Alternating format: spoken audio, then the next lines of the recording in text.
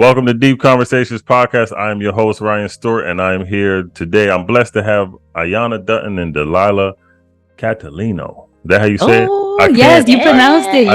I tried to get it right with the Spanish on it, but I couldn't. I didn't do it. No, you did good. You did good.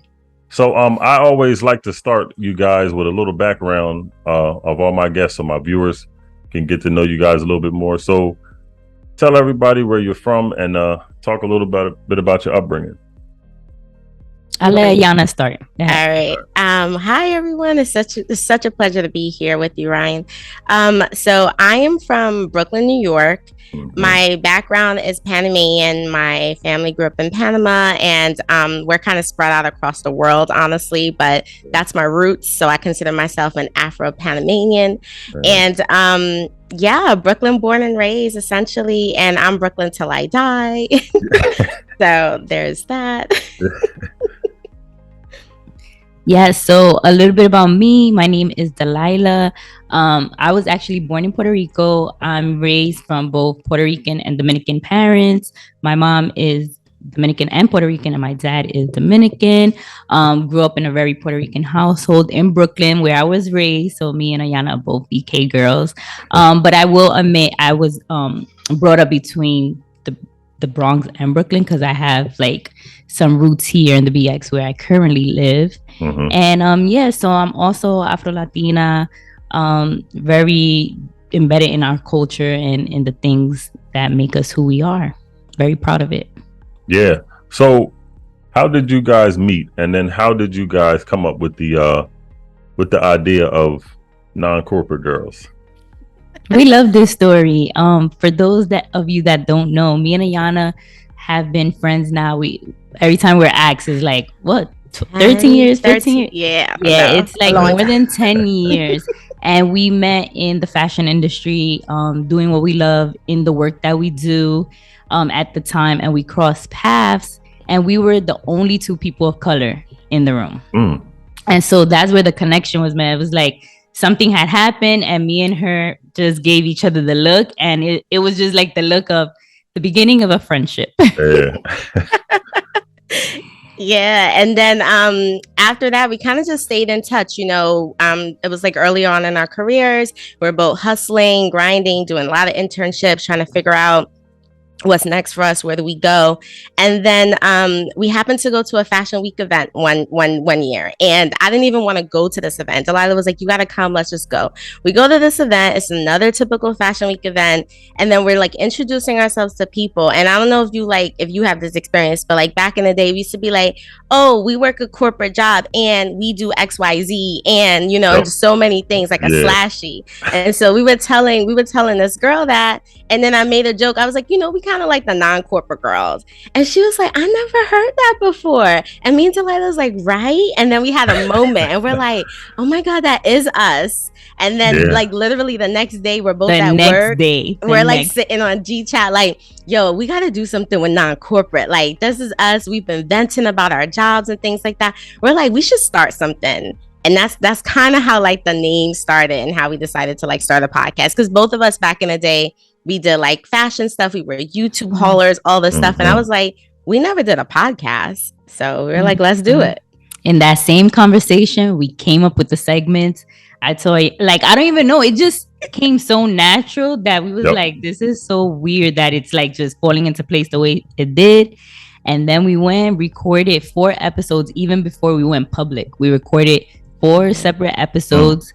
And then we wanted to feel sure and comfortable. We was recording off of an iPhone.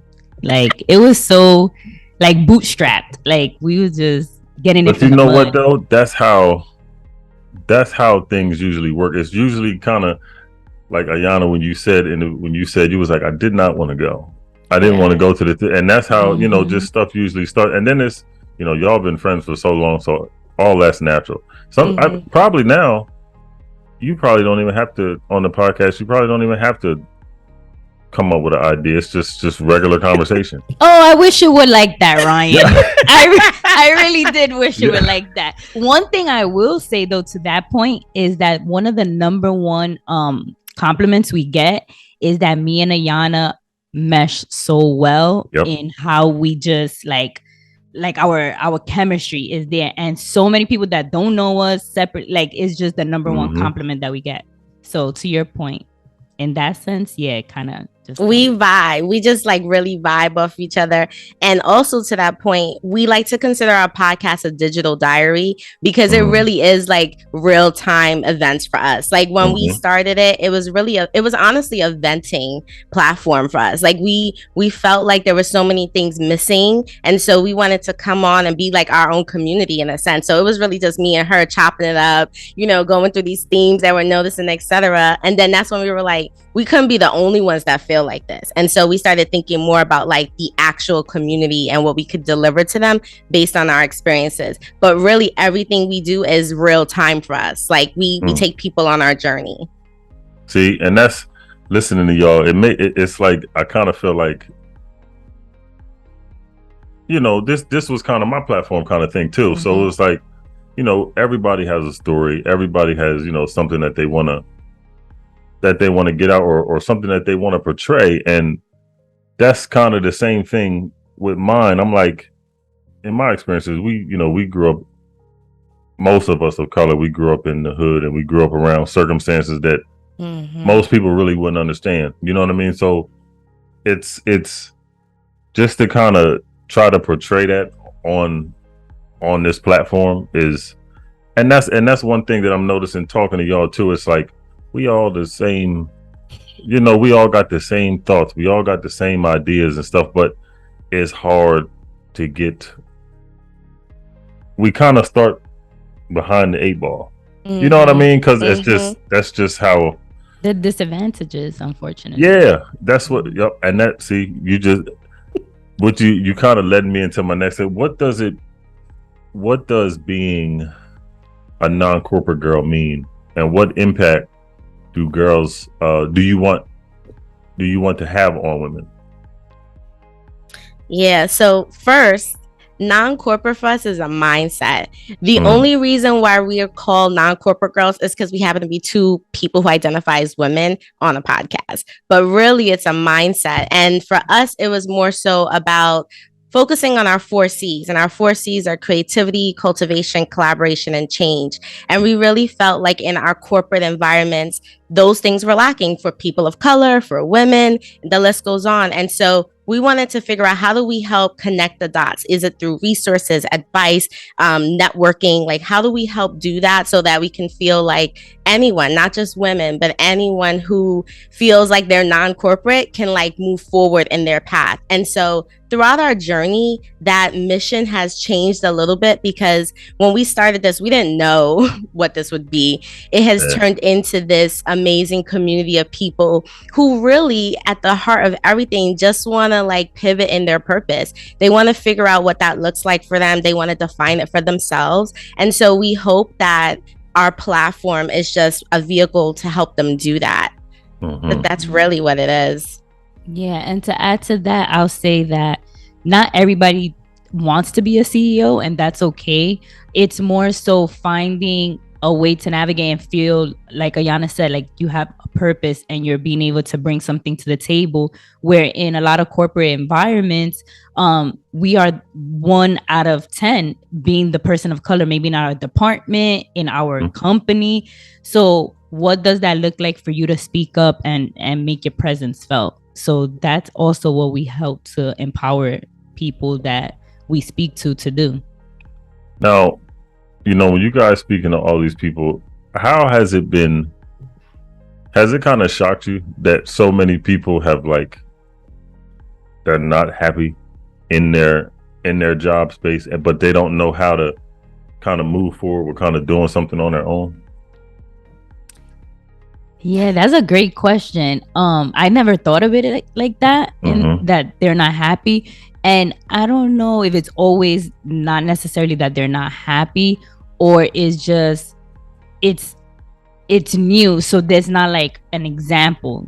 They have to be what they're looking for. So I feel like sometimes it could be a lot of pressure. What does that look like? You know, the tools, there's a lack of tools that's given to us when we enter the corporate space. And if you don't find like your collective, you're not gonna be able to know how to win. So I feel like having the conversations helps, because then a lot of people stop feeling like they're the only one feeling this way. It's more often than not. It's just nobody's talking about it. Right. Like we're a lot of us are first generation people doing things. We're graduating from college first. We're starting businesses first. We're moving up in C-suite levels first. Like there's just a lot of things that there's no blueprint for. And so I think for us, it was really important. We've experienced it ourselves. Like everything we talk about, we experience. Like we literally fit into all of these categories. We've done corporate, we do freelance, we do this. And so I think it was about creating a space for people to feel like they can relate to us on some level. They can relate to something we're talking about. And in that, they get to figure out what are those resources? What are those tools? How can they help bridge the gap for something they may not understand? Or, just again, something that just hasn't been shown to them. So kind of like we're like an example, but not. Yeah, no, I know what you mean. Now, Ayanna, you have your MBA in entrepreneurship. How has having clients like I was reading, was it Facebook and Cadillac, like for just a couple of them? Yeah. How has that kind of really taught you about entrepreneurship, with clients like that, being such big brands? Yeah, I mean, it's a learning process, honestly. Like it's one of those things where I've been consulting for a large chunk of my life, and so I just happen to have the tools from like these corporate environments, and I'm able to kind of position myself in like a contractor space to help support these companies. And I think it's just really about how I leverage my narrative in those spaces, and then the networking that I'm building. And so being able to like help navigate that, help them take their whatever it is, the project, whatever, to another level has just been a learning. It's been a learning curve. It's been a blessing at the same time. And, I continue to use that as stepping stones for the next client, the next person. Like I've already been in the space. I've already cultivated that. And so it's just kind of been, I don't know, an ongoing journey of me being able to do that. Like I didn't think when I started consulting that I would be in the metas of the world. Like that wasn't what I thought. But somehow I've been able to just navigate my narrative, which is something I tell people a lot as a consultant. I'm like, what is your brand story? Because those are the ways you're going to be able to secure your next client or your next thing. Like you need to get clear about what that is and position yourself in that way. So I guess I've just been able to do that pretty well. Yeah. And Delaila, I'm gonna shoot this over to you next with your MBA being in media management. Correct. Yeah, I want to talk about the client Caress. Was it? It was Caress. Yes, that was one of the clients. And you started with the women of color entrepreneurs. Can you talk about that? Yeah. So in with the companies that I've worked with, is basically trying to help them tell their brand story and connect with their consumer in a more personal level. And so what Caress was trying to do at the time was raise funds to help women of color entrepreneurs and small businesses to kind of find their footing. Most of the times, which we have experienced, lack of funding is one of the top reasons why you're not able to push your business to the next level. And so what I was able to do was kind of look for these companies, connect with the entrepreneurs, see what were like their roadblocks, get them to network with each other, and to Ayanna's point, share their story. Because when you're given a platform, a lot more doors open for you, because they're making impact in their fellow communities, but because of funding, they're not able to broaden and expand the way they would like to. So when you partner with a brand, and this is just one of the many brands I was able to do this with, but when you're able to partner with a brand who has this funding and this platform, it only could take you but so far. How has you guys' priorities changed since starting your brand NCG? We just had a rebrand launch 2 weeks ago. Did you? Yeah. Yes. So literally year after year, because we grow as professionals, we also need to take into consideration what is it that our community needs? And so we have to pay attention and listen to that. A lot of people start companies and brands and offer services and products, and it's things that they're thinking about for themselves, but nobody else needs it. So it's like we need to constantly like finite what is it that our community needs so that we can offer those things. And I'll also mention that like we say pivot a lot. Like we're always pivoting. And I think as entrepreneurs, that's always a thing, because you're always trying to figure out, like what's the next thing to help you like evolve, craft yourself better, grow, etc. But I think when COVID happened, we had a big pivot, because we were in the studio, we were trying to be at these networking events, and then COVID happened, none of that could happen. So we were like, well, how do we still stay connected? So we started doing more digitally focused stuff, and really like creating a hub on our platform, in a sense where we were helping to connect experts with people in different categories, whether it's like a lunch and learn or something like that. And that really helped us just kind of see just how important we were to the community. Like we knew when we started that like this was a platform that we knew other people could relate to. But when COVID happened, we got to really see that there's a lot of resources and tools that we could even tap into more to help bridge those gaps and really connect our community better. And so that has been a huge pivot for us. And then with this rebrand, like Delaila mentioned, our whole goal was to make sure that we're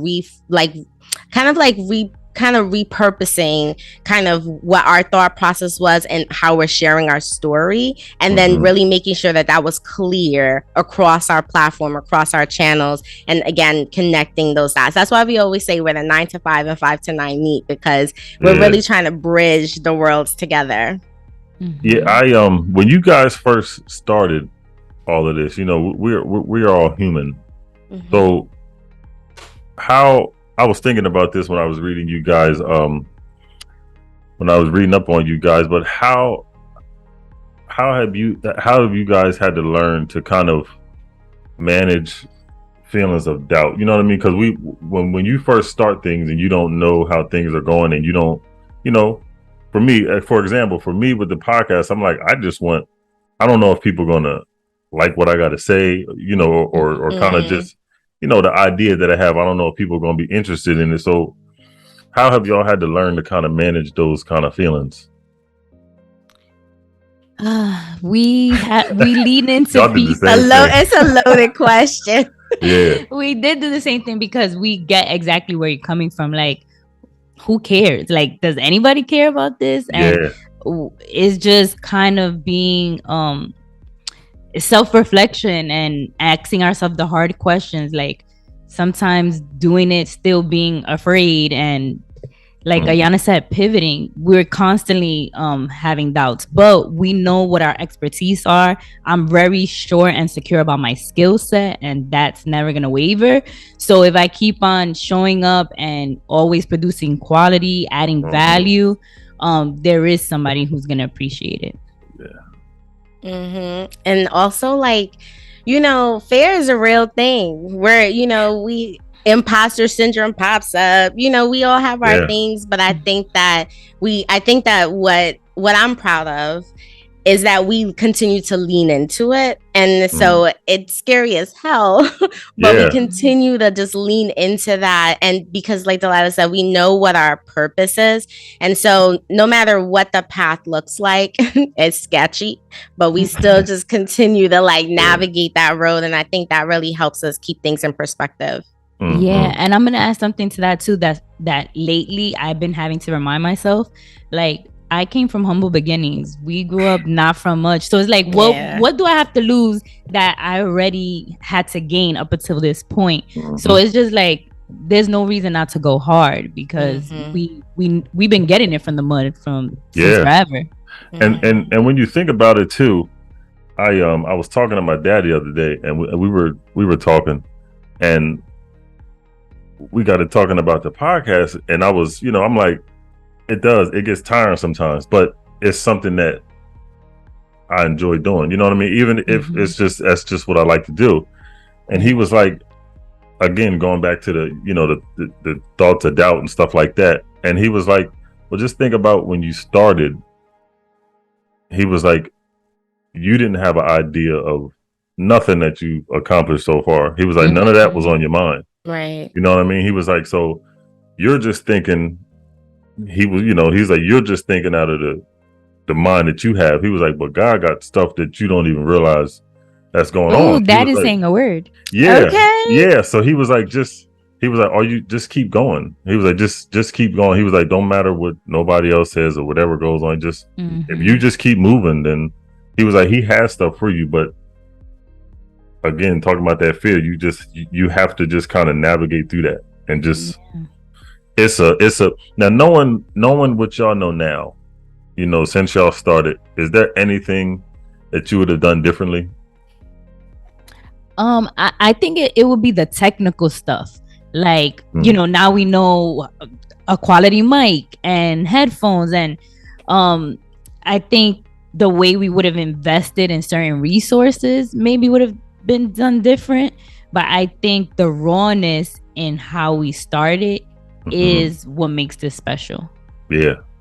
I agree with that. I also think that there's a difference between doing a podcast and you're like, oh, it's just something I love to do, and that's totally great. But if you want to also do a podcast as a business, that's a different lane, right? And so I think for us, in the beginning, we weren't sure what was happening, and so I think if we could double back, it would probably be like to get more clear about what that looked like for us, and then have the team or look for the resources we needed to get the business part where it needed to be, so that we're not now trying to make sure that all our ducks in a row. We're good now, but we had to go through a few hardships to kind of secure some things. And so if we hadn't been clear about that before, we probably could have avoided that. But all lessons. Yeah, it's I swear when y'all talking, it sounds like y'all are like me and like and like the female for it's like I'm listening. It's like when I enjoy doing it, but wanting to move over into it being a business. Yeah, it can get not fun sometimes. With the business part, because it's like, man, it's so much attached to that. You know what I mean? And a lot of, like you said, with the getting mics and different things and not knowing all that kind of stuff. It's like all this, because it's when you first start, you got an idea, you ain't thinking about the money aspect of it and how much you got to put into it and all of that. And it's not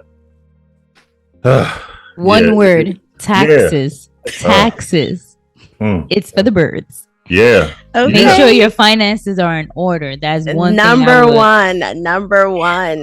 Now, why? Tell everybody why the non-corporate girls brand is so unique. Well, there's no one like us, when we thought about non-corporate, we never heard that. We made up that term. No, we've never heard of this before. Right. And the fact that we've been able to put just so much emphasis on what that means for us. Again, the state of mind. We like to say that our target audience is 3 different pillars. We have the 9 to 5, we have the 5 to 9, and where they meet. And those journeys are different for everyone. And so we've been able to really cultivate a community and a platform of professional and entrepreneurial wellness.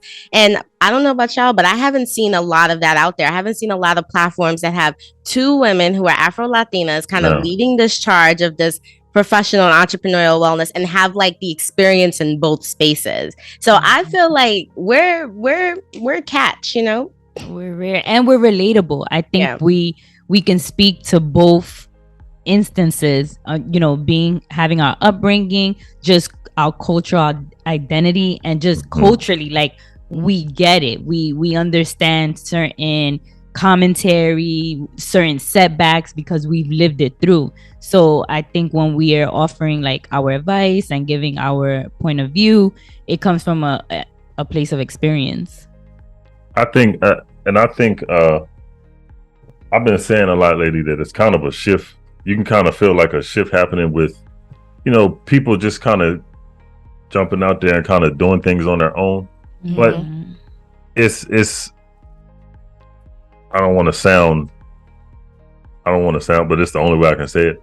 Sometimes white people up in corporate don't relate to the people. You know what 100%. I mean? They just disconnect. And they just see everything as just a business or just a number. So it's like, you know, I think that's like you said, is you know, two Afro Latinas that are relatable, and you know, they understand things in business. That's it's like I said in the beginning, that's how you know it's gonna work. Listen, from your mouth to God's ears, because we out here. Yeah. Right. It's now what motivates you guys? For me, it just comes to like what I see for my future and the people around me and my family. Again, I'm the first person to graduate in my family and go away to college. So I don't feel there's real pressure, honestly, from them on what that looks like. I don't even think they understand the magnitude of what I've even accomplished because they haven't attained that to themselves. I know they're very proud of me, but I just feel like is deeper than rap. Like there's a legacy that needs to be left behind. And just for my own self, because when I got my master's degree, it was because I wasn't working at the time. I don't even think at the time I got my master's was probably like I was the youngest one in my program and everybody was already working in their fields. But culturally, if you're not doing anything, I feel like we don't get the time to sit back and think about what we want to do next. We just jump into things because if you're not busy and you're not employed and you're not in education, you're a bum. Yeah. So it's just like if I would have had more time, I probably would have delayed getting my master's or just find a better way, because now sis is in debt. You know what I'm saying? Yep. And that's also a setback that's culturally, you know, something that we face as well. So there's a lot of layers to it. But for me, it's just I can close my eyes and I see myself living in that multi-million-dollar mansion, driving the fly car, just living the life that I want to live and utilizing my time as I want to utilize it. Not nobody telling me where I need to report to and be at. So that's what motivates me. That's a word, sis. Yes. I'm about to say. I'm here for that. So I agree. I echo everything Delaila says. Ultimately, it comes down to what do I want to be happy, right? Like, what does happiness look like for me in my life? And how do I get there? I firmly believe in creating a life by design. And honestly, that motivates me. Like being able to navigate the different worlds I've been in, being able to move through the different phases I've gone through. And again, making sure that I get to that point where, like Delaila says, I do have that my mansion or whatever it looks like. I am wealthy. I feel financially secured and free. Like all of those things that I want from my life to drive happiness is what motivates me to continue each day and to really like hit the pavement and create that life, because I want to retire. I want to have the option to retire as early as I want to. You know? What are some goals and plans that you guys have for your brand in 2023? Yeah. You want to go? I can start. So it's funny because I just filled out an application for us to get a grant, and this was one of the questions, so it's like fresh in my mind. But one of the things we want to do is definitely scale our curriculum. We're creating a media hub that, like Ayanna said, has resources, and it'll pertain to people who are looking for the things that we offer, but in one digital place. And so we definitely want to scale that and make it bigger. So that's partnering with organizations. We do have a certification for the MWBE, which is the Minority Women Owned Business. And we also can work with the DOE.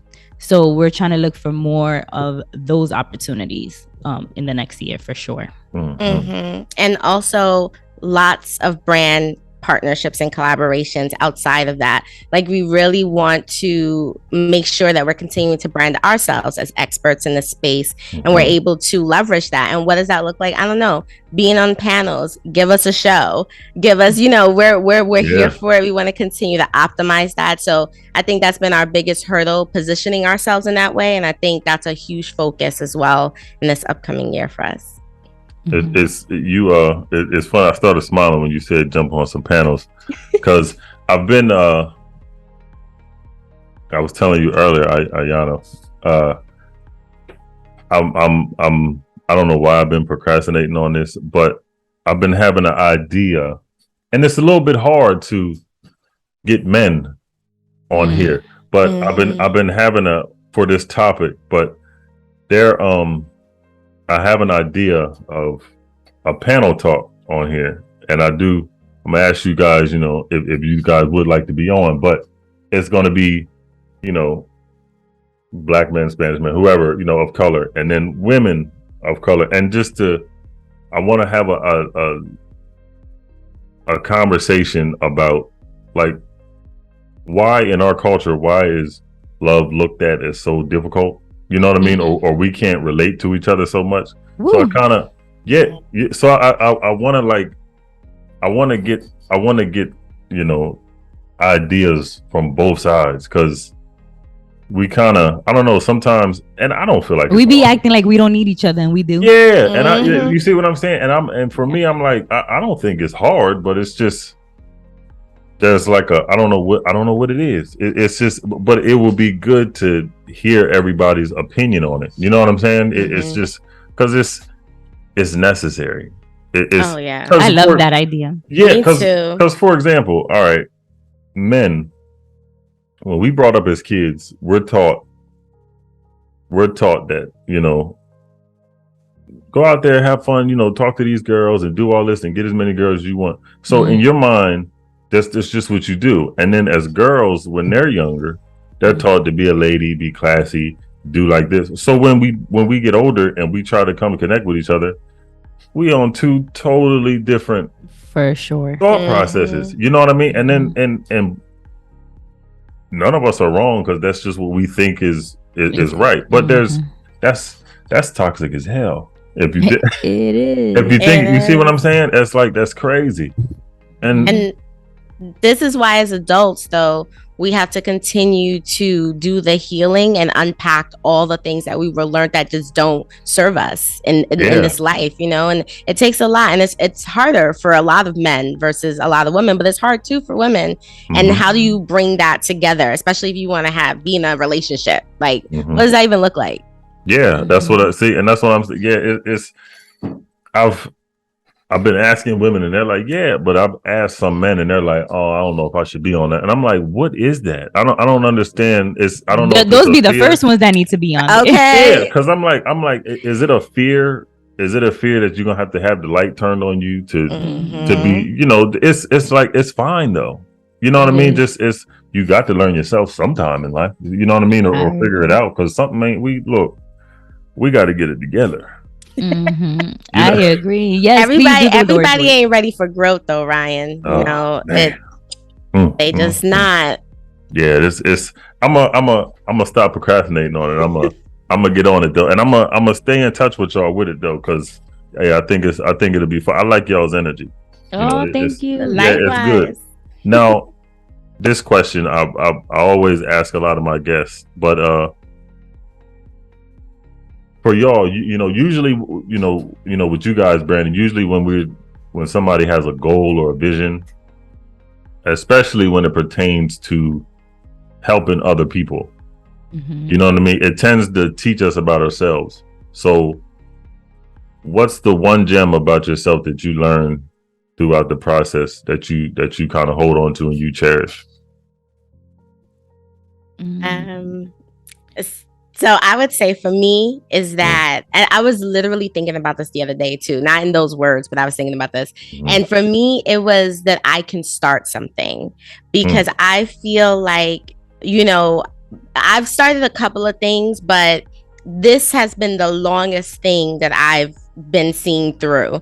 And so it showed me that there's so many things about consistency, passion, perseverance, like just being able to continue to move through this, as crazy as this journey is a really great feeling. And it's like, oh, I did that. So I could do anything, honestly. So to just start something, which is why I'm always telling people, just start, because you will blow yourself away at where you could go, but you actually have to start. And so I feel like this journey has really shown me that about myself.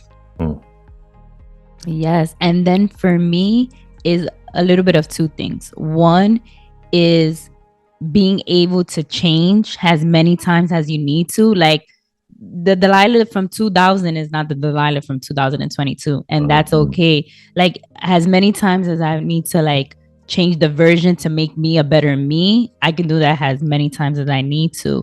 And then the other thing is following through, but being okay when things are not okay.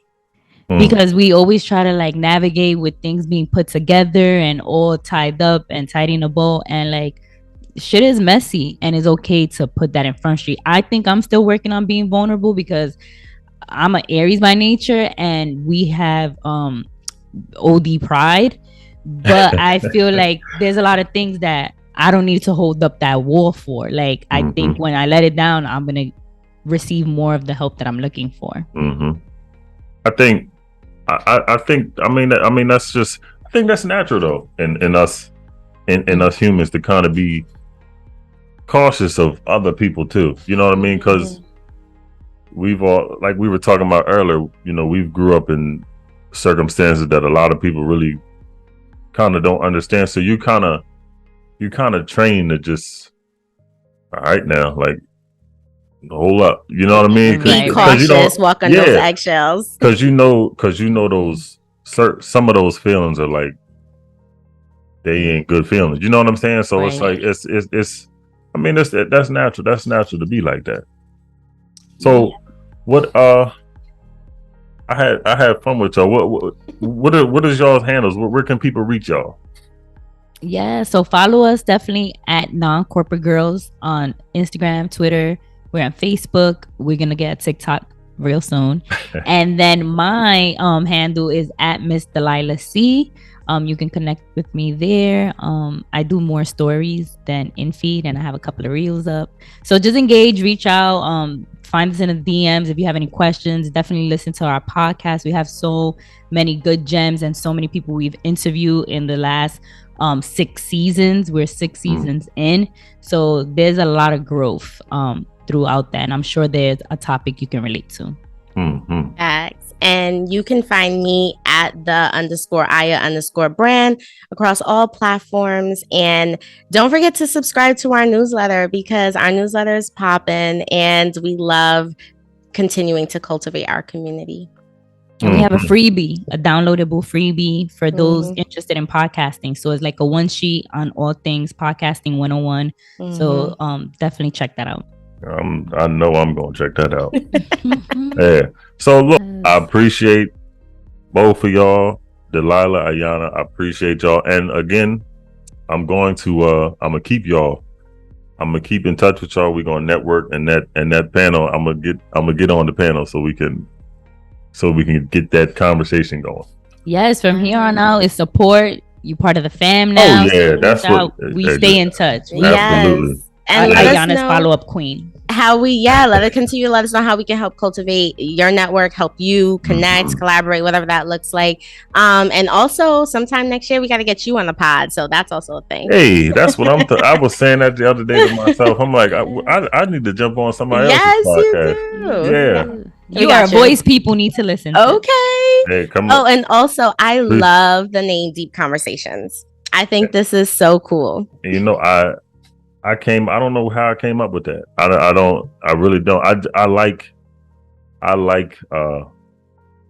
deep conversations. You know what I mean? I like conversations that like have some depth to it. You know what I mean? So I was just, I don't know. I was thinking about it, and that's what I came. But I appreciate that. Yeah. What's your sign? I'm curious to know. Scorpio. A Scorpio. Yeah. Okay. We ain't all crazy though. We ain't all crazy. We ain't all crazy. Yeah, we're not all crazy. I've been hearing, or I've been singing on hearing a lot of the stuff we get. So that ain't all of us. That's my rising sign. So I fucks with Scorpios. That's what see what I'm saying? Delaila. No, but I appreciate y'all for real for coming on my podcast. Y'all Thank you for the quick turnaround. Yeah, I didn't think you were going to be on the show so soon. I was like, okay, next Friday, let's go. Yeah. So we definitely gonna keep in touch. Next time I come up to New York, I'm a holler at y'all. Yeah. For sure. All right, I appreciate y'all. See y'all later. All right. You're on YouTube, baby.